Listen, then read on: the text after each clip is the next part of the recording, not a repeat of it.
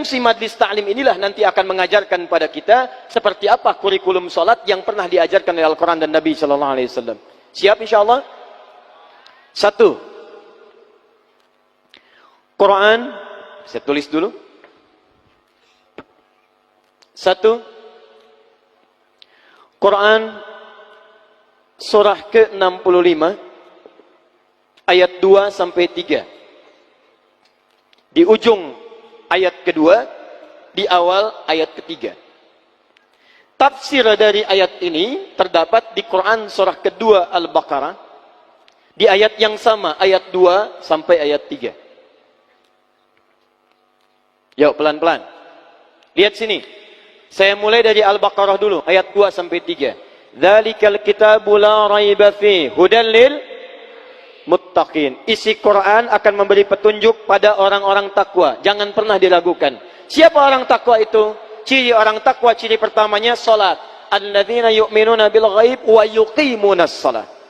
Adalah orang yang beriman dan ghaib dan dia buktikan keimanannya itu dengan menunaikan salat. Nah, kalau dia bisa mengerjakan salat, itu bagian dari ciri takwanya. Sedangkan orang takwa dijamin oleh Allah di Quran surah ke-65 At-Talaq ayat 2 dan 3. Perhatikan jaminannya. Wa may yattaqillaha yaj'al lahu makhraja wa yarzuqhu min haitsu la yahtasib. 1. Wa may yattaqillaha, siapa yang bisa meningkatkan takwanya kepada Allah. Anda tingkatkan takwa. Siapa yang bisa menaikkan takwanya kepada Allah, yaj'al lahu makhraja. Ini jaminan Quran. Awas, kalau Adi Hidayat menjamin seseorang, Anda boleh ragu. Tapi kalau Allah yang menjamin kita semua, tidak ada peluang bagi kita untuk menolaknya. Siapa yang bisa meningkatkan takwanya, kata Allah, yaj'al lahu makhraja, maka kami akan berikan kemudahan pada setiap kehidupannya. Kami akan berikan solusi dari setiap masalah-masalahnya. Bahasa singkatnya, orang yang takwanya meningkat, maka hidupnya pasti, kata Allah, akan mudah. Saya ulang. Kata Allah, orang yang takwanya meningkat, ini rumusnya, persamaannya, hidupnya dijamin akan mudah. Kerja, mudah. Makan, mudah. Minum, mudah. Rumah tangga, mudah. Mau meninggal, mudah. Masya Allah. Orang capek-capek, kelepek. Ini bersin sekali, meninggal. Orang yang masuk kamar, ribut sendiri, ini sujud sekali, meninggal. Takwa. Ibu mau meninggal mudah, Bu? Mau cepat meninggal? Mudah itu kan cepat. Ya. Cepat, takwa. Orang yang takwa, hidupnya mudah, kata Allah. Perhatikan. Sedangkan kalimat takwa disebutkan 115 kali dalam Al-Quran. Kalimat takwa pertama yang disebutkan di Quran, Al-Baqarah ayat 2. Dzalikal kitabu la raiba fihi hudal lil muttaqin. Apa ciri takwanya? Salat. Alladzina yu'minuna bil ghaib wa yuqimunas shalah. Jadi kalau kita buat persamaan, orang takwa cirinya salat.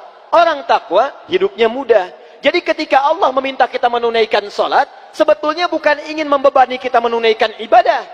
Tapi lebih daripada itu, Allah ingin membuat hidup kita semakin mudah. Allah nggak butuh dengan sholat kita. Semuka langit dan bumi tidak sujud kepada Allah, tidak akan menurunkan status Allah sebagai Tuhan. Kita yang butuh, sebab ketika kita sholat, hidup kita jadi mudah. Tapi persoalannya, mohon maaf. Kalau ada orang sholat, hidupnya tidak jadi lebih mudah, berarti ada yang salah dengan cara menunaikan sholatnya. Wa yarzuqhu min haitsu la yahtasib. Bahkan kata Allah, rizkinya akan saya kirimkan dari sisi-sisi yang tidak dia duga. Jangankan orang kerja, ini ada orang baru berangkat kerja, makanannya sudah datang. Orang-orang mau kerja sulit nyari mobil. Dapat mobil macet, Masya Allah. Orang takwa baru mau cari mobil, mobil datang. Ada macet, tiba-tiba polisi datang, kami kawal Pak. Sampai. Masya Allah. Orang takwa mengerjakan apapun kata Allah mudah. Rizki mudah, hidup mudah. Sekarang pertanyaannya, maaf, siapa yang tidak pernah sholat? Angkat tangan. Yang subuh sholat, angkat tangan. Yang zuhur sholat. Yang asar sholat. Yang maghrib sholat. Isya sholat. Salat. Hidup mudah tidak? Kerja mudah? Makan mudah? Nikah mudah? Masya Allah. Belum. Baik, lihat baik-baik sekali lagi.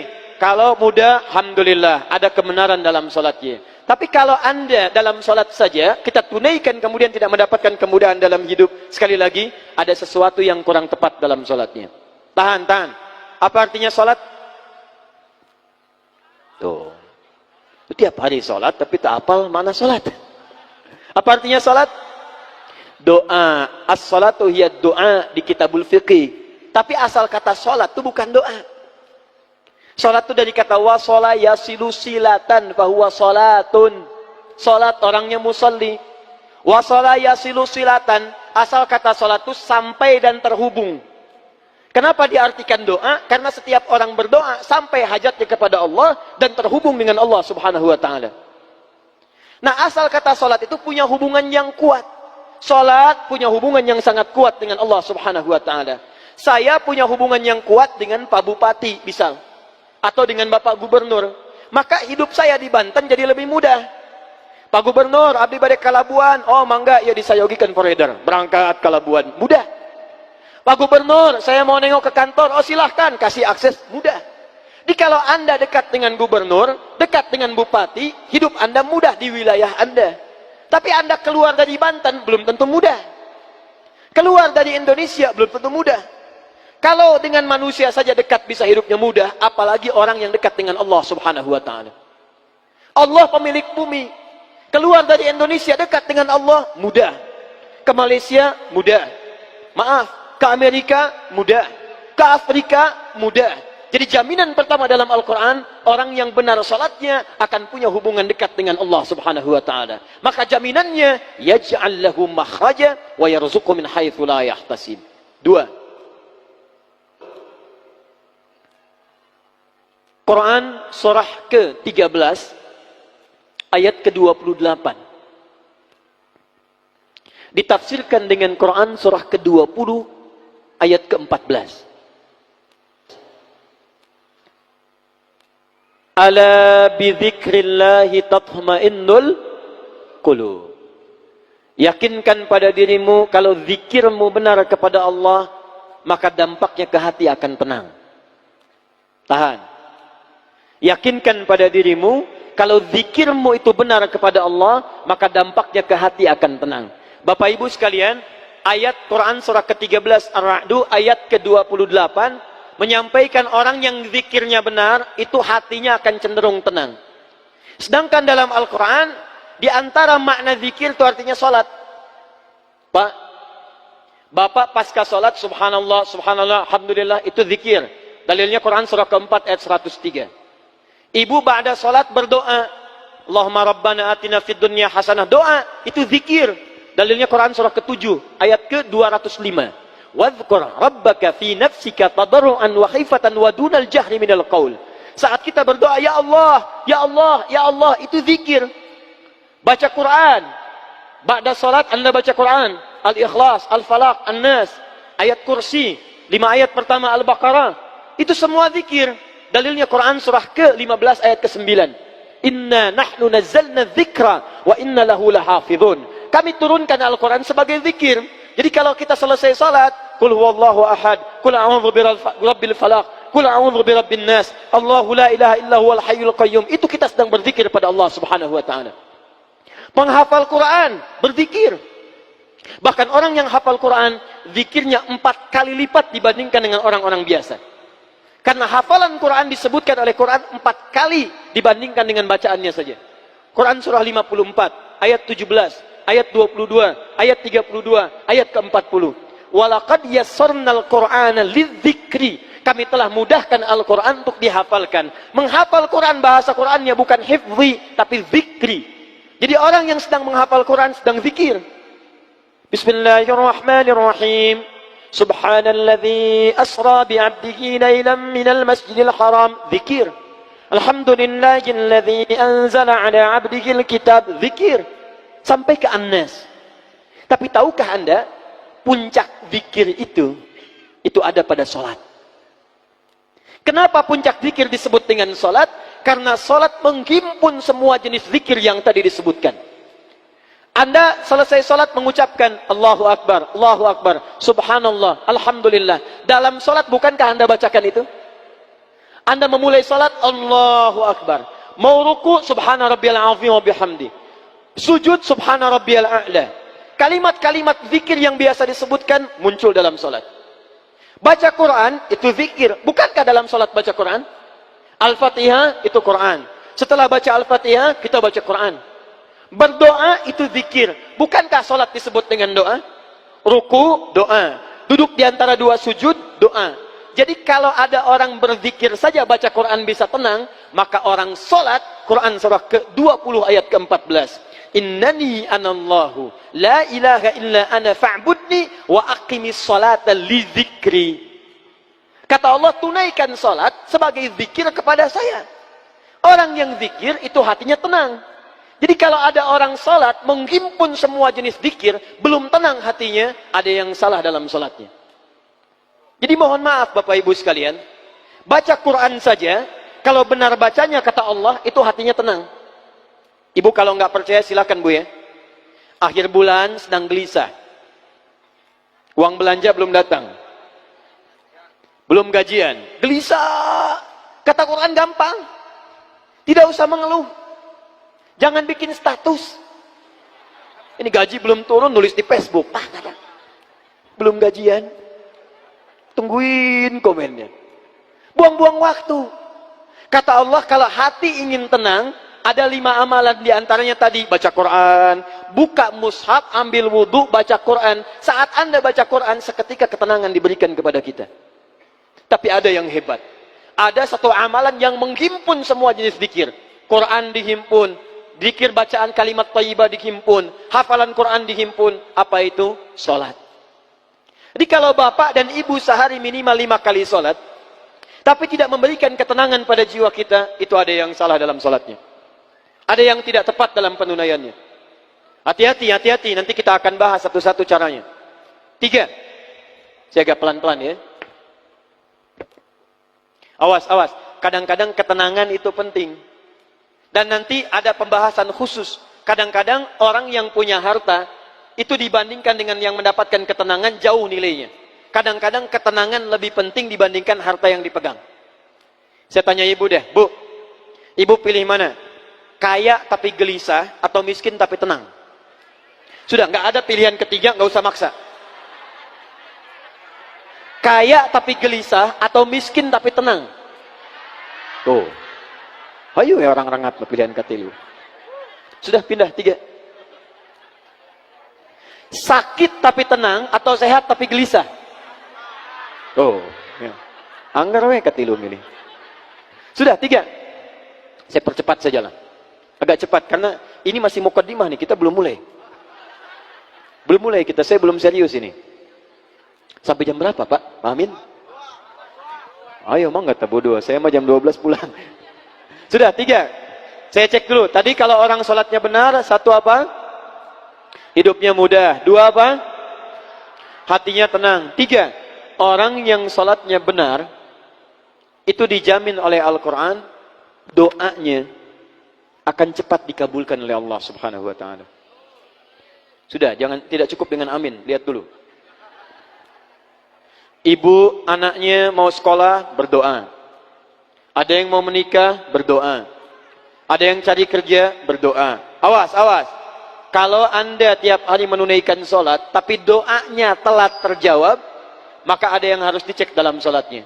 Karena orang yang sholatnya benar, itu Masya Allah, mohon maaf, jangankan doa biasa. Orang yang meminta kepada Allah, bahkan yang kata manusia mustahil, itu kalau sholatnya benar bisa dikabulkan oleh Allah Subhanahu wa ta'ala. Dalilnya Quran surah ketiga Ali Imran, ayat 38-39. Paling kanan sebelah atas. Saya agak cepat. Quran surah ketiga Ali Imran ayat 38-39. Kenal Nabi Zakaria? Ayo kenal. Kenal di mana? Nah, orang rengat tak? Belum ditulis sudah kelihatan. Nabi Zakaria kenal.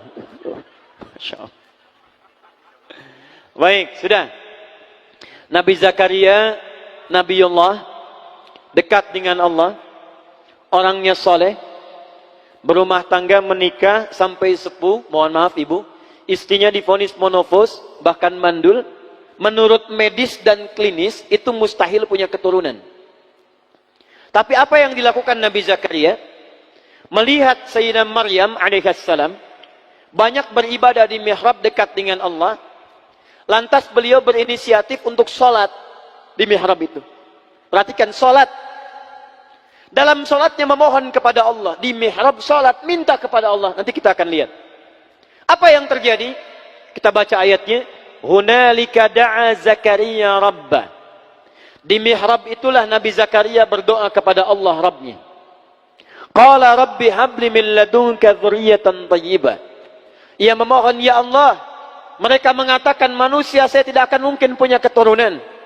Mereka katakan saya sudah sepuh, fisik saya sudah letih, rambut saya memutih, dan istri saya divonis secara medis sudah tidak mungkin punya keturunan, monopos dan mandul. Maka saya mohon, ya Allah, berikan keturunan dari sisimu saja. Ini, awas, ini rumus dalam Quran. Kalau bapak ibu nanti mendapatkan gambaran dari manusia, ada tetangga, ada dokter, ada macam-macam mengatakan ini mustahil pak, ini nggak bisa bu. Maka tafsir dari ayat ini ingin mengatakan, kalau manusia sudah mengatakan terbatas, tidak bisa, maka tinggalkan pendapat manusia, minta kepada Allah Subhanahu wa taala. Bagaimana cara mintanya? Lihat Nabi Zakaria. Qala Rabbi habli min ladunka dzurriyyatan thayyibah innaka sami'ud du'a. Ya Allah, manusia mengatakan saya enggak mungkin punya keturunan. Saya mohon darimu saja ya Allah, yang tidak punya batas dalam kuasa. Engkau pasti mendengar doa saya. Kalau pada yang maha mendengar saja tidak dikabulkan, kepada siapa lagi saya mesti minta? Nah, yang paling menarik, Nabi Zakaria itu mintanya dalam keadaan apa? Apakah sedang duduk?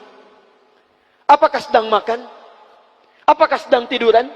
Lihat ayat 39-nya. Begitu selesai berdoa, perhatikan, selesai berdoa, tiba-tiba turun malaikat. Fanadathul malaika wa huwa qa'imun yusalli fil mihrab. Tiba-tiba turun malaikat menyampaikan kepada beliau, annallaha yubashshiruka bi Yahya. Jadi baru selesai berdoa, turun malaikat, hei Yahya, hei Zakaria, kamu dapat kabar gembira dari Allah, kamu akan punya keturunan. Bahkan langsung namanya dari Allah, Yahya.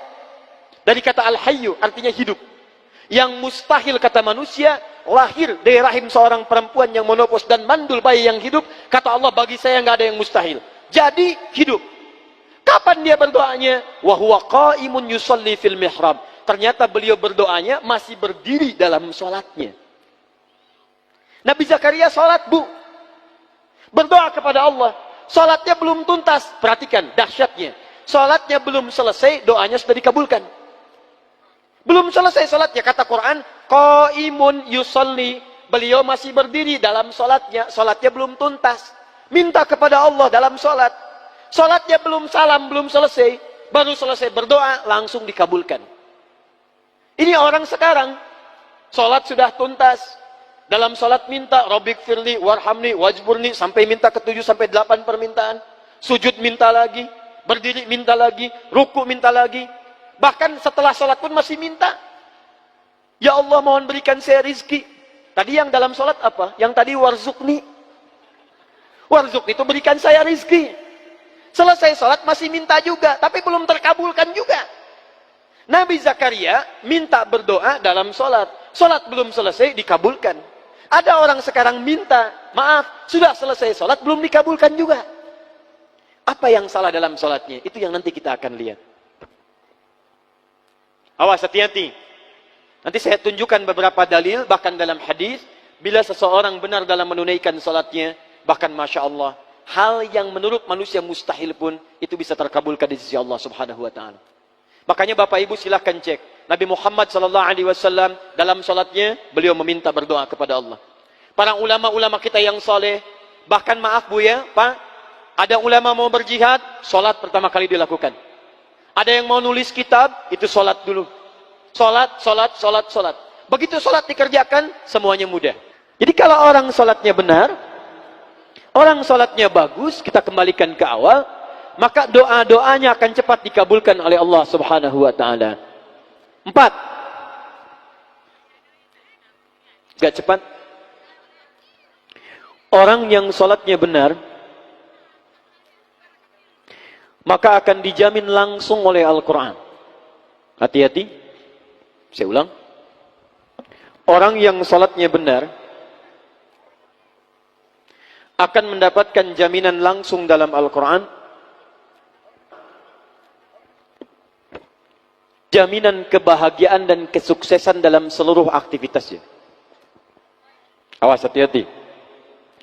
Jadi ahli salat itu, maaf, belajar sukses, rumah tangga bahagia, usaha sukses. Nanti ada yang mempraktikkan makna keempat ini, modalnya cuma pakaian, Pak. Modal pakaian, oleh Nabi diberikan pendidikan salat. Begitu dipraktekkan salatnya, datang ke Madinah, 3 bulan langsung jadi orang nomor 3 paling kaya di kota Madinah. Mempraktekkan makna salat. Ya, ini ada di Quran surah ke-23 ayat 1 sampai dengan 2. Saya ulang. Ada di Quran surah ke-23 Al-Mu'minun ayat 1 sampai dengan ayat kedua. Qad aflahal mu'minun. Orang yang beriman itu pasti akan menggenggam kesuksesan dan kebahagiaan. Jadi ada sukses saja, ada bahagia saja. Kalau sukses saja, yang belum tentu bahagia, itu bahasa Arabnya namanya fauz.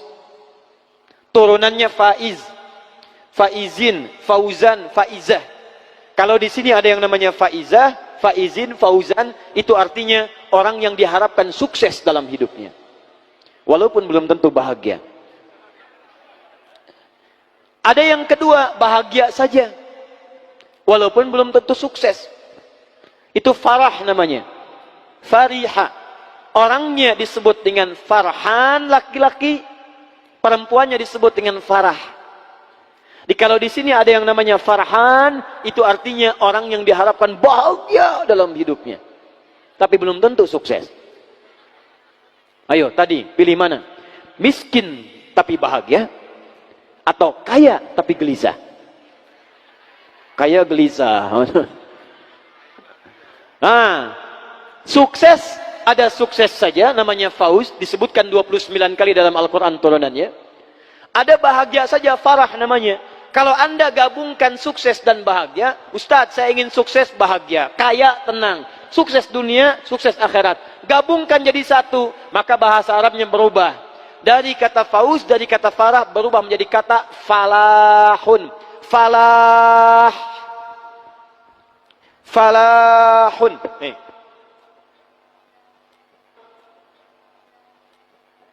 Falah, sukses dan bahagia. Lihat sini. Kalau kita kemudian menggenggam kesuksesan itu, kita pegang, ambil. Baik, kalau orang sudah sukses ingin dilepaskan tidak? Kalau orang sudah sukses ingin berubah jadi tidak sukses tidak? Tidak. Kalau orang sudah bahagia ingin sedih tidak? Maka orang yang sudah sukses, sudah bahagia, umumnya ingin terus menggenggam itu dan tidak ingin dilepaskan. Kalau Anda ingin terus mendapatkan itu dan tidak ingin dilepaskan, maka bahasa Arabnya di ilmu sharaf, tambahkan hamzah di awal katanya. Falahun, tambah hamzah begini. Pindahkan harokat ini, fa, kepada harokat hamzah, a. Yang ini mati, sukun. Kalau hamzah muncul, maka di imla, ilmu imla, alifnya dibuang ini. Maka berubah kalimatnya dari falah jadi aflah. Aflah itu orang yang menggenggam kesuksesan dan kebahagiaan. Kata Allah, qad aflahal mu'minun. Quran surah ke-23 ayat 1 dan 2. Sungguh orang yang beriman itu pasti menggenggam kesuksesan dan kebahagiaan. Kalau bapak ibu beriman, imannya benar, pasti sukses. Anda pengusaha beriman, sukses. Apa buktinya? Utsman beriman, Abu Bakar beriman, Abdurrahman Auf beriman. Mereka pengusaha, sukses. Anda politisi, Anda birokrat, Anda diplomat beriman, sukses. Apa buktinya? Ammar bin As, Muawiyah bin Abi Sufyan, sukses. Anda guru, Anda dosen, Anda pengajar, Anda beriman, sukses. Siapa buktinya? Ali bin Abi Thalib, Al-Kindi, Al-Farabi, Al-Ghazali, Al-Khawarizmi, Al-Battani, sukses. Jadi setiap kita kalau benar-benar beriman, jadi apapun pasti sukses dan bahagia. Nah, apa cirinya orang yang sukses falah ini? Yang mendapatkan aflah ini, teruskan ayatnya. Ayat keduanya. Ternyata amalannya, orang sukses ini bukan kerja keras saja, bukan belajar keras saja, tapi amalan pertamanya, alladzina hum fi salatihim khashi'un. Yaitu orang-orang yang saat menunaikan salat, dia serius dan khusyuk menunaikan salatnya. Makanya saat kita dipanggil salat, Pak, Ibu, tolong ya, maaf nih. Sebelum salat kan ada panggilan dari masjid. Apa panggilannya namanya? Adzan. Dalam adzan, hayya 'alas shalah, ayo salat, ayo salat, ayo salat. Bapak Ibu tanya, kenapa ya Allah saya salat? Teruskan, hayya 'alal falah. Saya ngajak kalian salat, kata Allah. Saya nggak butuh salatnya, cuman kalian butuh bahagia. Di rumah tangga butuh bahagia, di kantor butuh bahagia. Kamu butuh sukses. Dengan salat saya berikan kebahagiaan, dengan salat saya anugerahkan kesuksesan. Jadi kalau ada di antara kita salat tiap hari nggak sukses-sukses, ngelamar anak orang lain tidak sukses, sudah menikah tidak bahagia, jadilah jomblo sengketa. Sekarang jomblo dibagi 3. Ada jomblo syariah, ada jomblo fisabilillah, ada jomblo sengketa. Sukses. Nah, itu bahasanya lain nantilah.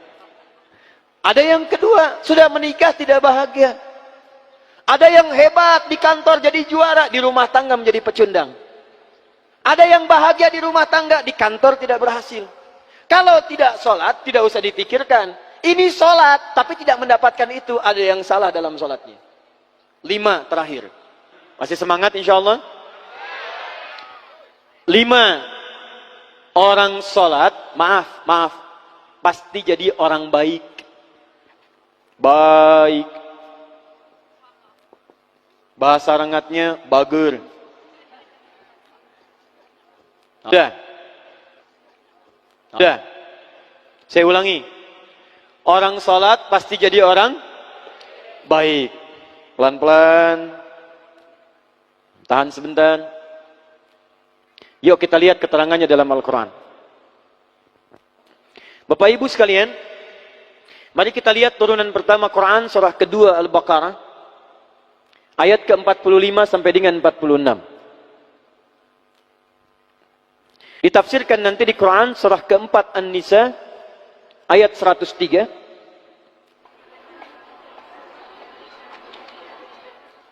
Dicontohkan di beberapa ayat di Quran, seperti Quran surah ke-49, ayat 11 sampai dengan 12. Saya bacakan ayatnya dulu, Al-Baqarah ayat ke-45 sampai 46. Wasta'inu bis-sabri was-salah, wa innaha lakabiratun illa 'alal khashi'in. Dan jika Anda punya persoalan, jika Anda punya permintaan, maka mintakanlah pertolongannya kepada Allah. Sabar dengan sabar. Jadi kalau sedang punya masalah, kata Allah jangan mengeluh. Awas, hati-hati. Kalau diturunkan masalah, kita mendapatkan ujian, maka kalimat Qur'annya jangan mengeluh. Tidak ada satupun ayat Qur'an memerintahkan kita mengeluh. Kalau ada ayat Qur'an satu ayat saja meminta kita mengeluh, maka saya akan jadi orang pertama yang mengeluh. Kata Quran, kalau Anda sedang punya masalah, sabar. Terima dulu. Karena Allah tidak mungkin menitipkan ujian kecuali kita sanggup menjalaninya. Rumusnya Quran surah kedua Al-Baqarah ayat 286. La yukallifullahu nafsan illa, Allah tidak akan menguji seorang hamba kecuali sanggup menjalaninya. Jadi kalau sekarang Bapak Ibu sedang punya masalah, masalahnya berat, susah, itu artinya cuman Bapak yang sanggup menjalaninya. Cuman Ibu yang bisa, yang lain tidak bisa. Makanya diberikan kepada Ibu, bukan pada yang lain. Jangan katakan, ya Allah, kenapa mesti saya? Why me? Kata Allah, why not? Kenapa tidak? Kamu yang sanggup, yang lain tidak. Tapi yang menarik, perhatikan. Wassalah. Lalu tunaikan salat. Bangun hubungan baik dengan Allah subhanahu wa ta'ala. Wa innaha lakabiratun illa 'alal khashiin. Dan sungguh salat itu tidak mudah dikerjakan kecuali bagi orang khusyuk.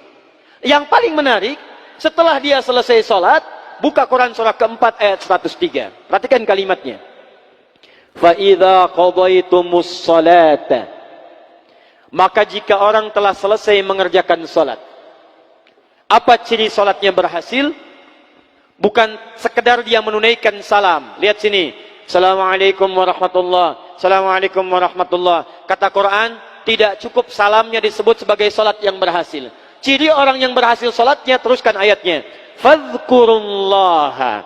Maka orang salat yang salatnya tuntas dikerjakan dengan benar, salatnya bisa mengingatkan dia dengan Allah Subhanahu wa taala.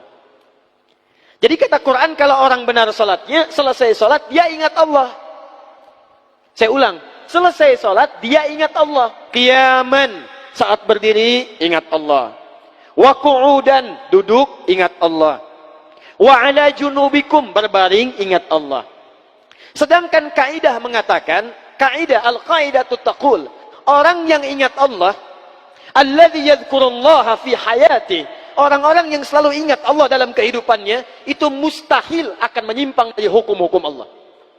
Lihat, orang salat dekat dengan Allah, selesai salat ingat Allah. Kaidah mengatakan orang yang ingat Allah mustahil akan menyimpang dari hukum Allah. Sedangkan hukum Allah mengatakan setiap orang yang dekat dengan Allah pasti jadi orang baik.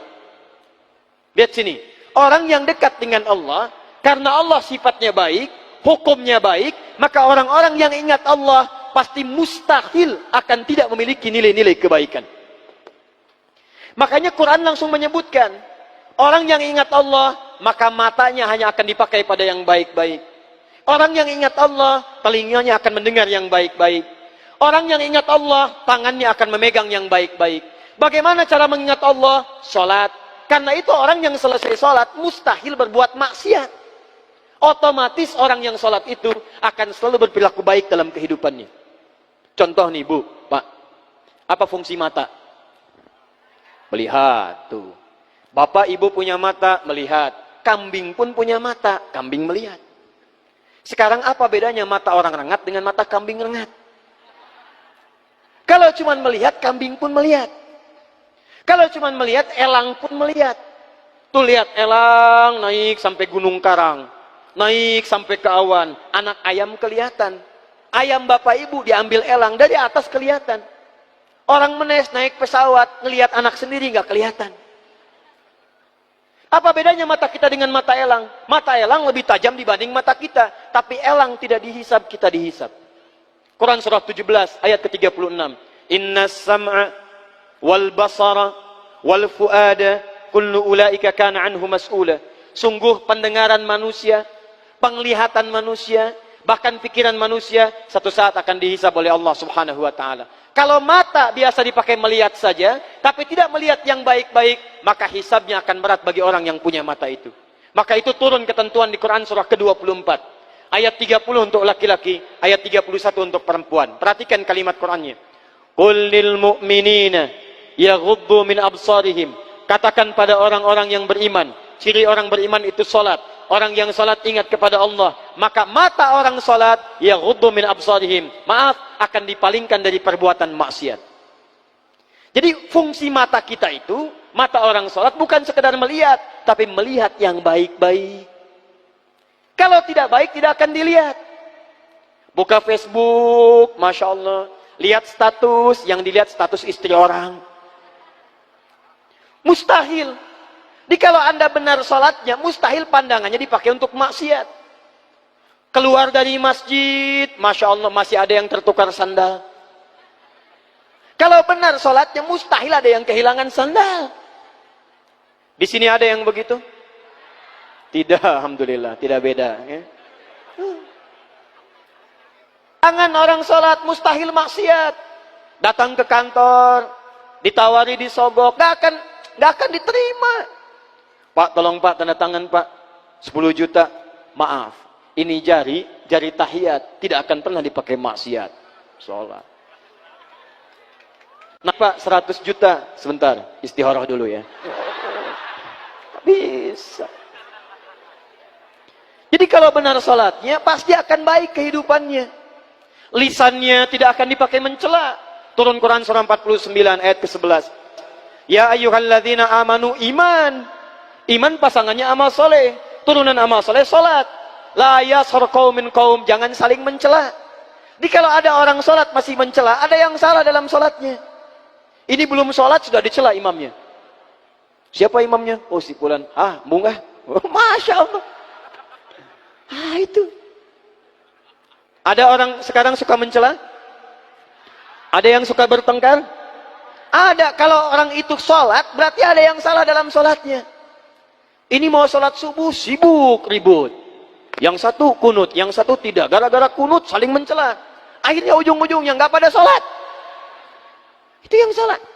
Bapak Ibu sekalian, yang bismillah dijaharkan, benar. Yang disirkan, benar. Yang salah yang tidak sholat. Yang kunut, benar. Ada dalilnya. Al-Imam Asy-Syafi'i kunut. Dalilnya dari Ibnu Umar. Diajarkan oleh Nabi kalimatnya pada cucu Nabi Al-Hasan. Allahumma hdini fiman hadait. Kalau jama' Allahumma hdina fiman hadait. Wa'afina fiman afait. Wa tawallana fiman tawallait. Dan seterusnya hadisnya. Yang tidak kunut juga mengambil pemahaman kunutnya kunut nazilah. Diambil oleh Imam Ahmad bin Hanbal. Yang tidak kunut sama sekali seperti Imam Abu Hanifah. Dalilnya ada. Mengambil riwayat di Bi'r Ma'unah saat turunnya Quran surah ketiga Ali Imran ayat 128. Laisa laka minal amri syai'un aw yatuba 'alaihim aw yu'adzibahum fa innahum zalimun. Dipilih oleh para ulama. Zaman Nabi itu sudah ada contohnya. Nabi kemudian berhenti sementara waktu. Sahabat ada yang kunut, ada yang tidak. Nabi membenarkan keseluruhannya. Diteruskan oleh para ulama. Imam Syafi'i memilih kunut subuhnya. Imam Ahmad kunutnya nazilah. Imam Abu Hanifah tidak kunut. Imam Malik kunut subuh. Kunutnya sebelum ruku disirkan. Yang kunut dibenarkan oleh Nabi. Yang tidak kunut pun dibenarkan oleh Nabi. Yang tidak dibenarkan yang tidak sholat subuh. Jadi kalau ada di Menes tidak pada ke masjid gara-gara kunut dan tidak, berarti ada yang salah itu.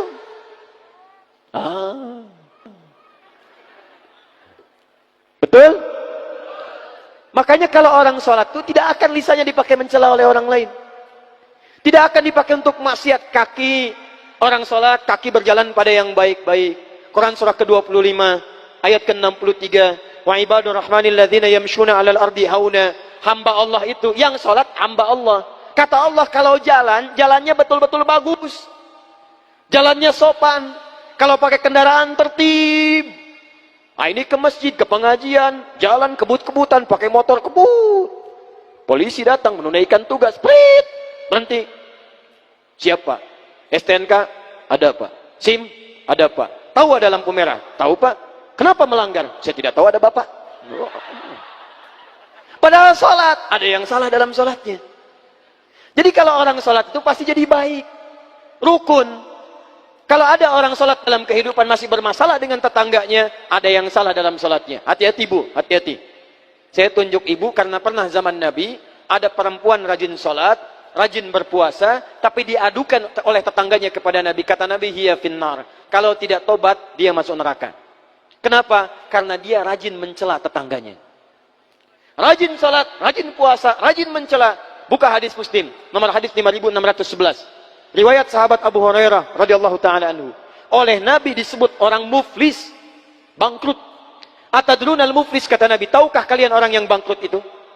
Qalu ya Rasulullah, al-muflisu fina ma la dirham lahu wa la mata'. Ya Rasulullah, yang kami tahu orang bangkrut itu yang tidak punya uang sepeser pun, sudah tidak punya aset sedikit pun. Kata Nabi, bukan itu. Al-muflisu min ummati. Orang bangkrut dari umatku itu. Perhatikan bahasa Nabinya. Bukan umat Nabi Musa, bukan umat Nabi Isa, tapi kata Nabi umatku. Ada orang yang ngaku umat Nabi Muhammad, di dunianya sholat, di dunianya puasa, tapi kata Nabi bangkrut pahalanya. Ya'ti yaumal qiyamati bisolatin. Datang di hari kiamat dengan pahala sholat yang banyak. Dirajin sholatnya. Sholat sunnah dikerjakan, tahajud dikerjakan, Masya Allah. Belum subuh sudah nunggu di masjid. Wasyamin, puasa rajin. Puasa Daud, puasa Senin, Kamis, Ayamul Bid. Wa zakatin, zakat tidak tertunda. Maaf. Wa ya'ti qad syatama hadza. Cuman sayang, dia juga rajin mencela orang lain. Rajin salat, rajin mencela. Wa qadzafa hadza, rajin menuduh orang lain.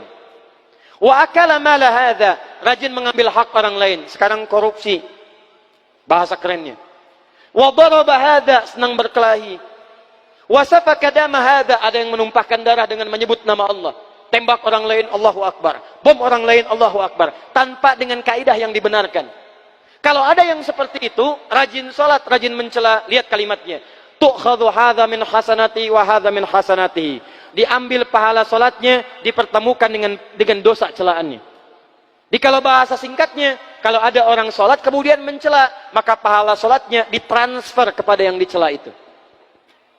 Bapak keluar dari salat, atau sekarang ibu sedang pengajian, baru selesai salat, begitu selesai ngaji membicarakan orang lain, lihat tuh dia tuh, kayaknya belum jadi ahli surga ya, iya, gak seperti kita, itu saat membicarakan ibu itu, pahala taklim ibu pindah langsung kepada yang dibicarakan. Saya tidak Ustaz, alhamdulillah, tidak seperti ibu itu tuh, sama, tuh, pindah. Jadi kalau orang sholatnya benar, maaf, rajin datang ke pengajian, ada di majlis ilmu, maka 5 hal ini akan didapatkan. Mudah hidupnya, tenang hatinya, doa cepat dikabulkan, sukses dalam kehidupan, dan baik dalam perilakunya.